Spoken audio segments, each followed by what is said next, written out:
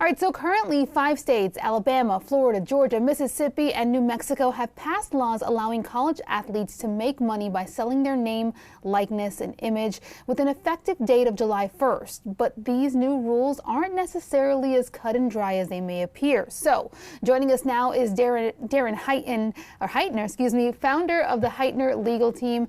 Darren, thank you so much for being here. Can you just take us through what happens exactly on July 1st for athletes in these 5 states that we mentioned, and what will they legally be allowed to do? Absolutely. First of all, thanks for having me. So as you mentioned, July 1st, there will be 5 states, Florida, Alabama, Mississippi, Georgia, and New Mexico, which as of right now will allow athletes within their states to start making money off the field, off the court, etc. That means signing endorsement contracts. That means creating their own businesses, allowing third parties to use their names, their images and likenesses, and pay them in exchange for doing so. And that's the beauty. It's something that has never been allowed to college athletes in the past. Obviously, it's something that we see professional athletes doing all the time. But the NCAA has traditionally not allowed for it. And so these states have stepped in and said, we're going to take charge and tell the NCAA, you cannot prevent these athletes from benefiting from these rights. There are 10 other states that have passed similar laws to go into effect at a later date. Earlier this week, I believe we saw the NCAA president say that, he is pushing for approval of NIL guidance before that July 1st, deadline. What do you think the objective here is with that, and what could we see come out of this? It's too little too late. The NCAA has known this was coming for a long time now. In fact, you have to go back to 2019 when California was the first state to pass legislation on this subject, albeit with an effective date in 2023. And then came my state of Florida, really pushing the envelope with being the first date to be July 1 of this year, making name, image, and likeness rights effective. What's the NCAA doing now? It's scrambling. It has begged and pleaded with Congress to do something on the national level. And we're really roughly 50 days away from July 1. It's very unlikely that Congress will do anything. And now the NCAA is stuck in a position of what do we do? Do we just allow 5 states or perhaps more to give athletes these rights? There's going to be imbalance, obviously, if you don't have all 50 states. So it is possible and perhaps likely that the NCAA provides some sort of waiver across the board through all states for all schools so that athletes in each state by July 1 or maybe August 1 can enjoy some form of these name, image, and likeness rights. To the point you just made there, this could lead to huge competitive advantages in certain states that could really shift the dynamic across so many different sports in the collegiate, athlete space.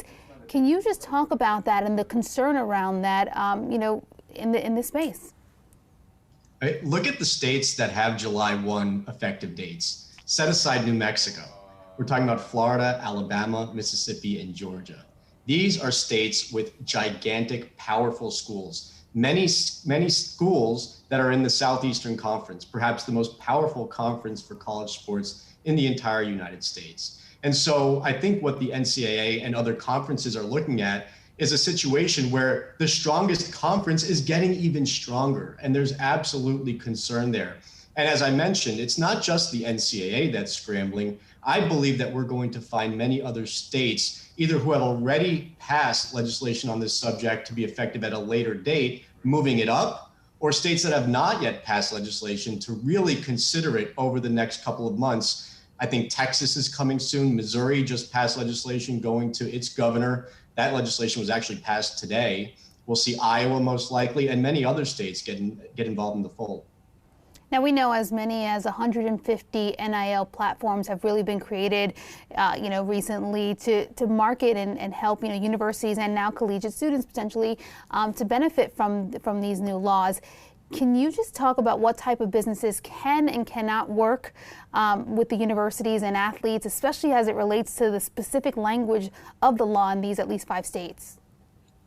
I'm glad you asked that. I actually wrote an article on that recently. There's a lot of service providers that have been created that are intending to provide services to the universities, others that are looking to provide services to the athletes and the brands, and maybe even some to the NCAA. And I've cautioned those companies to not bite off more than they can chew, and be very careful about what the legislation looks like state to state, because there are prohibitions against a service provider both supporting a university and an athletic department and also seeking to provide opportunities to the athletes. And there are certainly some providers out there, some startups that are looking to do both, if not more. And again, we're not only talking about NCAA bylaws now, we're actually talking about state laws. So they would be very wise to look at the specific provisions in each state. You know, we have a graphic up right now that talks about exactly how these athletes could earn money, from autograph sales, YouTube channels, ways they weren't able to before. But I wonder, is there a concern that this affects scholarships for athletes, right? If these universities aren't making that money, are they going to take away from the collegiate scholarship? And a lot of athletes rely on that.